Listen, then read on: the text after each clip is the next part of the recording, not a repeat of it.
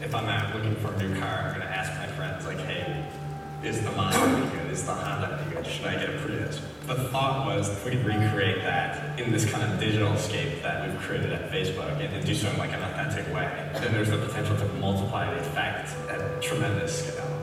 And it turns out that presence of media and advertising actually results in more openness, more sharing, more communication than if it was absent. So a lot of the design that's gone into the units that we do now have on the homepage and elsewhere on the site is making them kind of integrate as seamlessly as possible into the rest of the site. Let's treat advertisers and marketers as first-class participants in the social graph that we're creating. So we came up with this concept of engagement ads. These are a set of ads that are designed to take advantage of what was already going on the site and make it better. There's events, there's commenting, there's gifts, there's polling.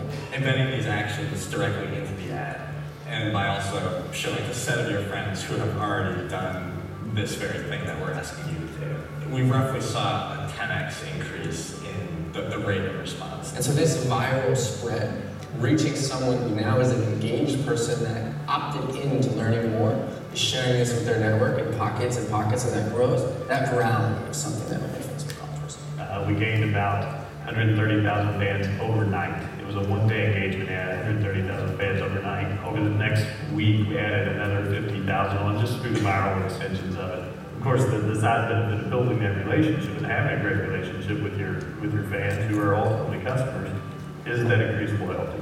We ran an event ad on Facebook for World AIDS Day, and it was incredible. We had 950,000 people raise their hand and say, yes, I'll be there. I think it's really effective because it's part of the content experience that people have on Facebook. They can interact with it. They can actually participate. You know, we can have these shared ideals with our customers, and that's very powerful. Now that set of users has fanned your page, in response to that ad they might have seen, like the sky's the limit in terms of what you can do with that page. You can install apps, you can post pictures, you can post videos, you can run polls. The value is that we can get our story out in a very meaningful, relevant, authentic way. 1.8 million human connections that we have. The really cool thing about it is like all this activity that's happening on your page gets broadcasted via their newsfeed. We see people who are willing to take content that may be marketing in nature and pass that around. So while we have 200 million users, you know, God knows how many connections we have between those users. It is not just one to many, but it's many to many. And you don't have that same sense in traditional online advertising. The conversations are happening with or without the brand's participation. When you step back and look at the audience and the growth, it's undeniable. You know, the opportunity that exists within Facebook. What you've got to do is you've got to get out there.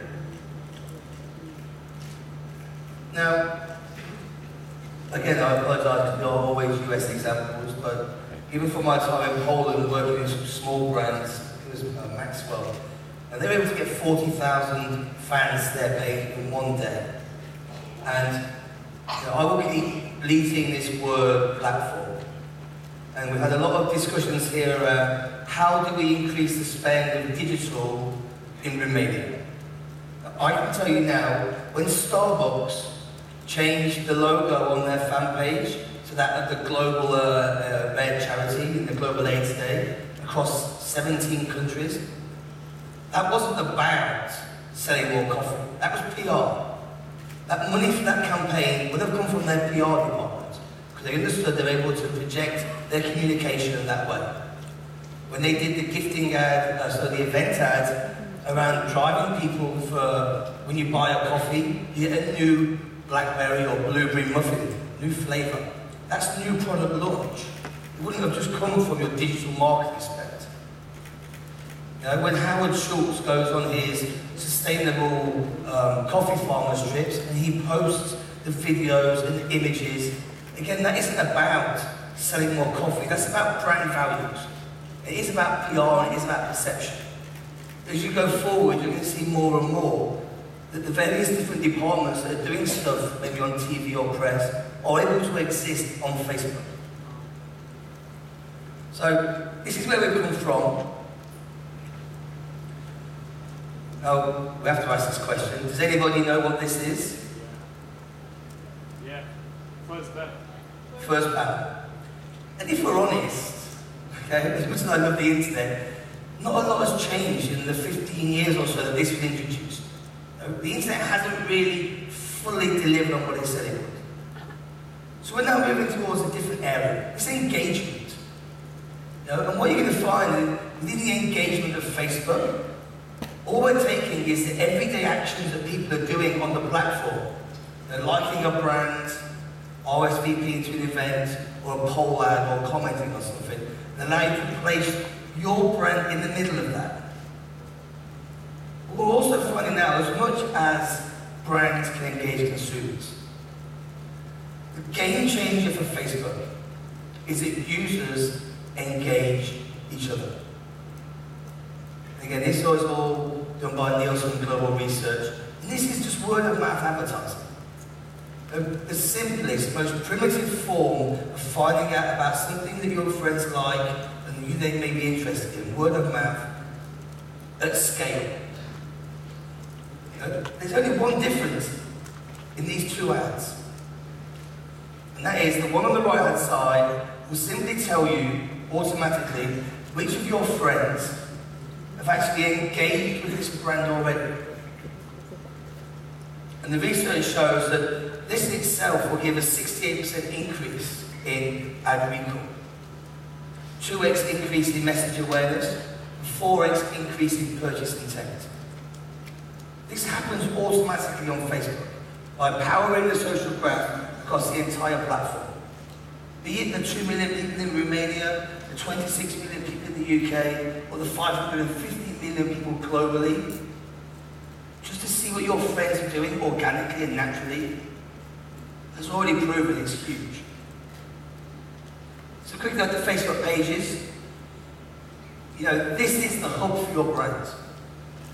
I'm definitely not saying that you should use Facebook and nothing else. But what we are now seeing is that brands are using their Facebook page as the hub of everything they're doing. Their TV ad, they're also posting onto their Facebook page, or an extended version. Their press ads will have facebook.com/Pepsi.ro, so it drives into their Facebook page. Their YouTube channel will also push content onto their Facebook page. Everything is collated in this one central area. Now the dilemma. And these are global, but there are local examples as well. The dilemma, what does a brand do when there's more people on their Facebook page than their own website? Okay? You're investing all that money, but all of a sudden you realise, microsites are great. I can be on a microsite every single second of the day, but none of my friends know what I'm doing. And we're seeing more and more clients, more and more brands are actually realising that, hold on, we're pushing both, fine, but are we just completely copying the content when more people are actually on their Facebook page? And this requires marketeers to start thinking completely differently about how they're using Facebook. It's a huge dilemma. Finally, innovation. I don't know how long we've got, so I'll try to be as quick as possible, give you a nod for time. Now, these are some things that already exist. Some of you may have seen them, some of you may not. So I'm going to go quite quickly and also give you some examples of what I've seen. So Facebook Connect, the very early days. Literally, you can go onto a website, you can click the Connect button in the corner, and automatically it takes your Facebook profile with you. Again, the most common example is with Barack Obama. Once you've done this, there was a status update box where you can actually look at every single person's status updates. Or you can just look at your friends who are also logged in at the same time. Very simple. Then we kind of moved on from Connect onto social plugins. Again, this is where you can simply make your own website social. From the back end, you can't really see any of the information yourself, but it allows you to make your website more relevant to people who come on board. We all enjoy sharing opinions, recommendations, and links with our friends because it helps us feel connected to the information that we care about. Did you know that every month more than 25 billion pieces of information are shared on Facebook?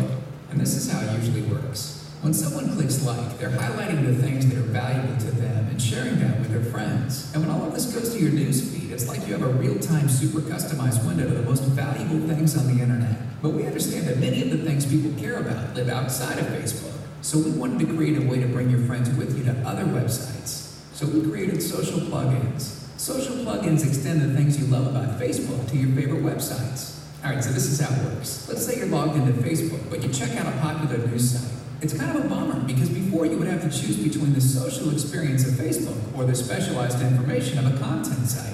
Okay, well now if the website has a social plugin, you can take your Facebook friends with you and get both. Instead of having to comb through page after page or article after article to find something that catches your eye, now you can see what your friends have already enjoyed on a site. And with one click, you can share an article, video, or review with your friends. It's the content of the web, but with all your friends to share it with and to help you sort it out. When you start to see websites that are customized for you all over the internet, you might wonder if everyone else can see it, but it's not like that. Although you can see customized information on other sites, all the information lives on Facebook, and Facebook doesn't share your information with anyone through social plugins, and each person has full control of what they want to share. You're only sharing the information you want to, and you're only sharing it with the people you want to share it with. So, if you're logged into Facebook, you may start to notice a more customized and friendly experience on some of your other favorite sites. So just kick back and relax as you start to have a whole new experience on the web that is designed for you. I think one of the best brands to ever do this, I know it's another video, but Levi's really took this to the next level. You know, I'll be honest and say that one of the things that Facebook does not do very well is communicate things like this out to a mass audience. You know, we try and tell marketeers, but users don't always see it. So sometimes the onus actually falls back onto the brand. And what's the brand actually going to do to explain how you're using their website? And Levi's took this into their own to do this.